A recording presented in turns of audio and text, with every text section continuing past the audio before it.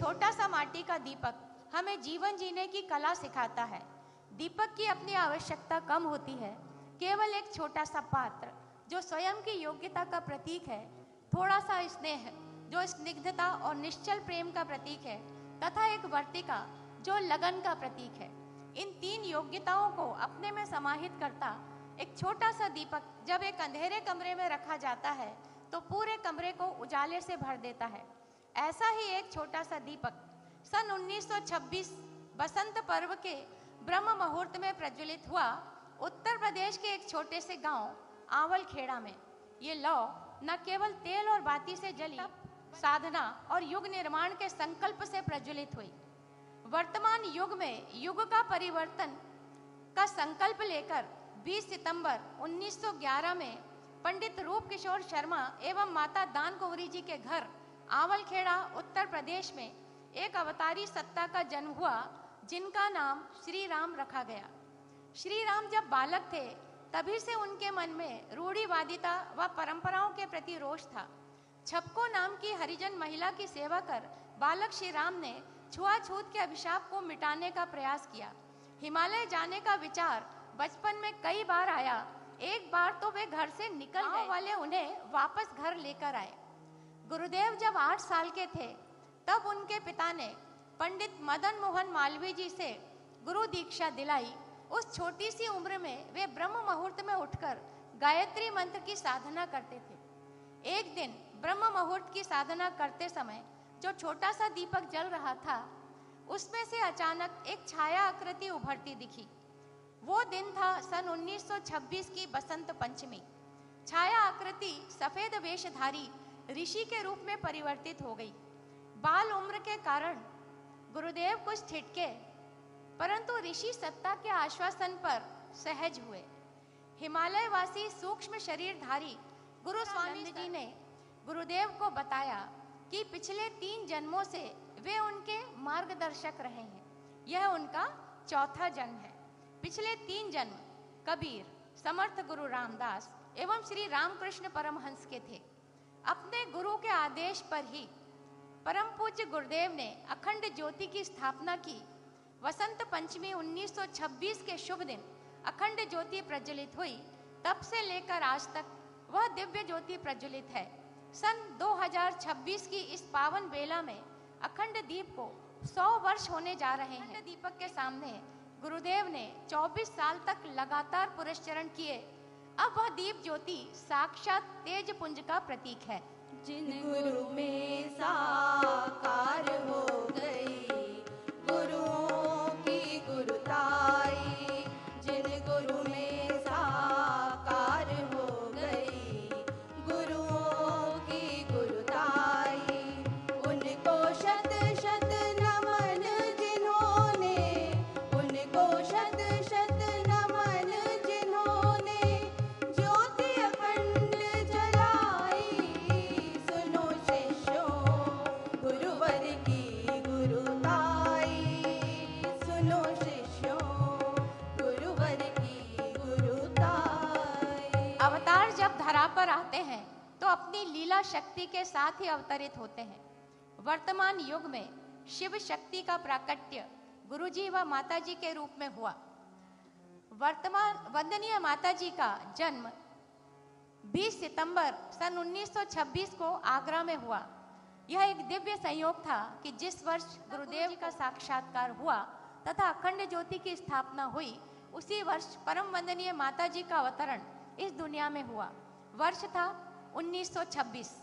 यह मात्र संयोग नहीं था, यह ईश्वरीय योजना थी। माताजी का दुलार का नाम लाली था। जिस आयु में बच्चों की रुचि विभिन्न प्रकार के खेल या गुड्डे गुड़ियों में होती है, में उनका प्रिय खेल शिव पूजा व ध्यान था। ओम नमः शिवाय, ओम नमः शिवाय, हर हर बोले नमः शिवाय। ओम नमः शिवाय, ओम नमः शिवाय, हर हर बोले नमः शिवाय। शायद ही किसी ने तब सोचा होगा कि शिव पूजा का यह खेल भविष्य की साधना विस्तार रूपी वट वृक्ष का बीज मात्र है। ध्यान की गहराई में एक बार उन्हें अपने पूर्व जन्मों का बोध हुआ, जिसमें स्वामी रामकृष्ण परमहंस की सहधर्मिणी माँ शारदा एवं संत कबीर की सहचरी माँ लोई के रूप में स्वयं को देखा। समय के साथ बालिका लाली एक प्रखर योग साधिका के रूप में रूपांतरित होने लगी थी। किशोर अवस्था प्राप्त होने तक उनके मन में उठ रहे अनेक प्रश्नों का उन्हें उत्तर मिल गया था। माँ लोई तथा माँ शारदा के बाद भगवती के रूप में जन्म लिया है। उनके आराध्य भगवान शिव के प्रति उनका अनुराग नित्य प्रति बढ़ता जा रहा था। प्रखर प्रज्ञा सजल श्रद्धा तुम्हारे द्वार आए हैं, झुका कर शीश चरणों में चरण रज लेने आए हैं। प्रखर प्रज्ञा सजल श्रद्धा तुम्हारे द्वार आए हैं। अब घर परिवार के लोग उनके लिए सुयोग्य वर की खोज बड़े जोर शोर से कर रहे थे। इसी बीच गुरुदेव का रिश्ता माताजी के लिए आया। इसमें माताजी की पूर्ण सहमति थी, क्योंकि अंतर्मन के ध्यान से माताजी को एहसास हो गया था कि इस समय की चर्चा की जा रही है उन्हीं के देव कार्य में सहयोग के लिए उनका जन्म हुआ। 18 फरवरी सन 1945 का दिन विवाह के लिए निश्चित हुआ। विवाह बहुत सादगी से संपन्न हुआ। यह संसार के सामने जीवन आदर्श को प्रस्तुत करने वाले ऋषि युग्म का मंगल परिणय था। ओम श्रीमत् पंकज विष्टरो हरिहरो वायुर्महेन्द्रो नल चंद्रो भास्कर वित्तपाल वरुण प्रेतादिपादिग्रह प्रद्युम्नो नलकूबरो सुरगज चिंतामणि कौस्तुभ स्वामी शक्ति धरश्चलांगलधर कुर्वन्तु मंगलम। कुल की परंपरा मर्यादा निभाए जाना बेटी, कुल की परंपरा मर्यादा निभाए जाना बेटी, निभाए जाना बेटी, निभाए जाना बेटी, निभाए जाना बेटी, निभाए जाना बेटी। कुल की परंपरा मर्यादा निभाए जाना बेटी, कुल की परंपरा मर्यादा निभाए जाना बेटी। यह विवाह कोई सामान्य विवाह नहीं था।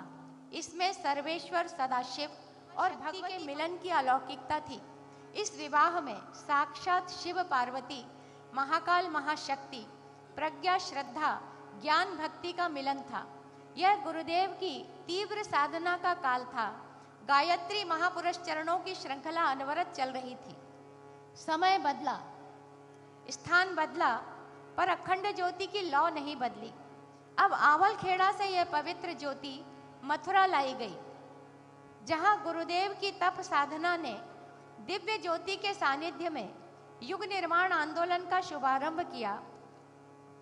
पूर्ण समर्पित शिष्य के रूप में माताजी ने अपना संपूर्ण गुरुदेव के चरणों में समर्पित कर दिया।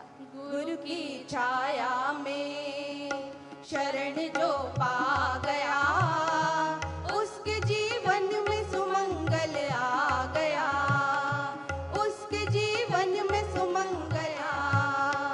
गुरु की छाया में शरण जो पा गया, उसके जीवन में सुमा गया, उसके जीवन में सुमंगल आ गया।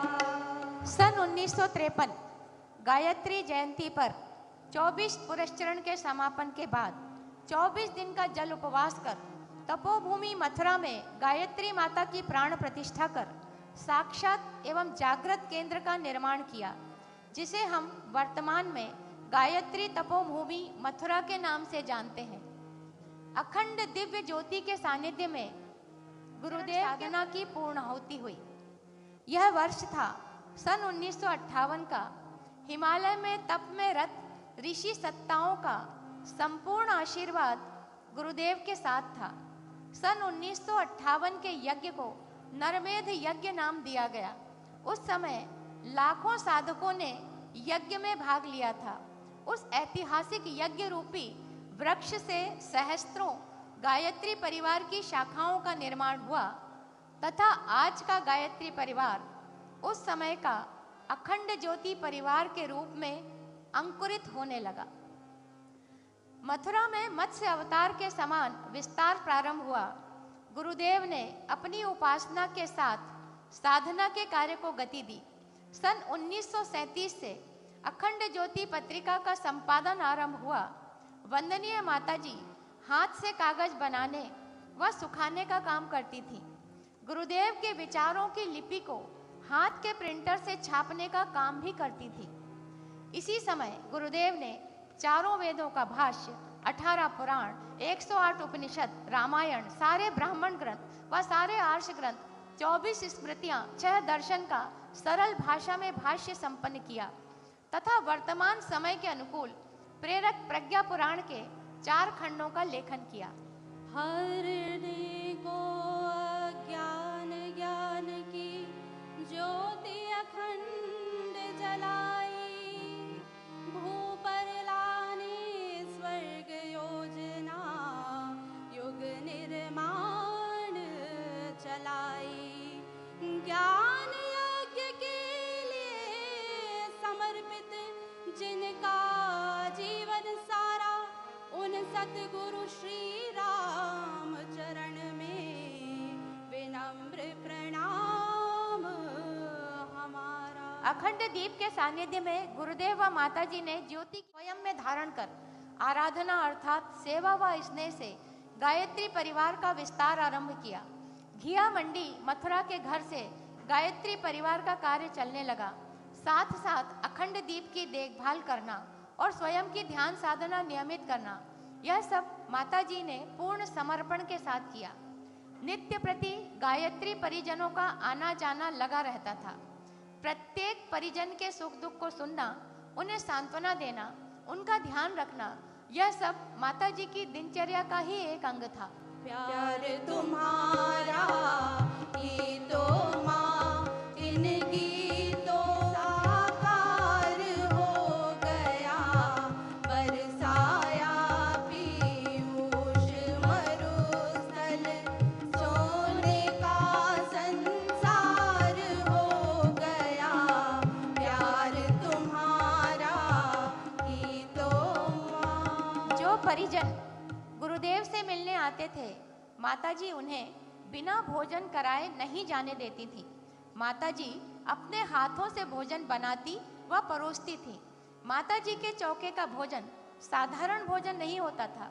यह पेट ही नहीं, आत्मा को भी तृप्त करने वाला होता था। इसी भोजन के माध्यम से माताजी अपने बच्चों पर शक्ति संप्रेषण करती थी। यह युग निर्माण का मंदिर है, आता है यहाँ श्रद्धा वाला, मंदिर समझो, मस्जिद समझो, गिरजा समझो या गुरुद्वारा। यह युग निर्माण का मंदिर है, आता है यहाँ श्रद्धा वाला। मथुरा में कार्य का विस्तार चरम पर था। तब सन 1968 में हिमालयवासी ऋषि सत्ताओं तथा अपने मार्गदर्शक दादा गुरु के आदेश पर गुरुदेव को मथुरा छोड़ हरिद्वार आना पड़ा। 20 जून 1971 को गायत्री तपोभूमि से एक बड़े आयोजन के साथ गुरुदेव एवं वंदनीय माताजी अखंड दीप सहित शांति कुंज हरिद्वार आ गए। शांति कुंज की भूमि कोई साधारण भूमि नहीं है। यह दादा गुरु द्वारा निर्देशित भूमि है जिसमें सप्त ऋषियों ने तप किया तथा यह ऋषि विश्वामित्र जी की भी तपस्थली है। ऐसी संस्कारित भूमि पर शांति कुंज आश्रम बना है। सन 1971 में पूर्ण रूप से गुरुदेव व माताजी ने मथुरा छोड़ दिया तथा हरिद्वार शांति कुंज में रहने लगे। शांति कुंज आते ही गुरुदेव को तीसरी बार हिमालय के तेज पुंज का बुलावा आया और वे परिवार की सारी जिम्मेदारियां माताजी को सौंपकर हिमालय तप के लिए चले गए। शांति कुंज माताजी के लिए नई जगह थी, फिर भी माताजी ने सभी कार्यों का सफल संचालन किया। उस समय अखंड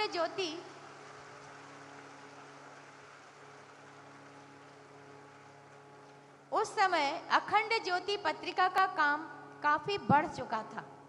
उसके संपादन का कार्य भी माताजी ने स्वयं संभाला था।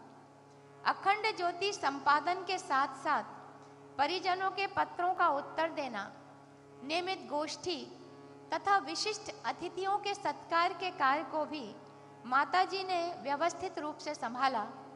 विशेष पुरस्चरण साधना के लिए कन्याओं का आवाहन किया। आरंभ में केवल 5 कन्याएं थीं। धीरे धीरे बढ़कर उनकी संख्या 24 हो गई। इन कन्याओं को देव कन्या नाम दिया गया। इन कन्याओं की देखभाल माताजी स्वयं करती थी। इसी के साथ नारी जागरण आंदोलन का शंखनाद हुआ और शांति कुंज का विस्तार होने लगा। यह वो समय था जब पाखंडी पंडितों का बोलबाला था। गायत्री मंत्र स्त्रियों के लिए वर्जित था। यज्ञ करना या करवाने का बहुत विरोध था। समाज में व्याप्त सारे विरोधों के बाद भी नारी जागरण का कार्य बढ़ता रहा। वर्तमान समय में हमारी ब्रह्मवादिनी बहनें तैयार हुईं। अब वे केवल मंच संचालन ही नहीं, प्रज्ञा पुराण वाचन, अश्वमेध यज्ञ जैसे विशाल आयोजन का भी सफल संचालन करती है। उषा काल की प्रभा तुझे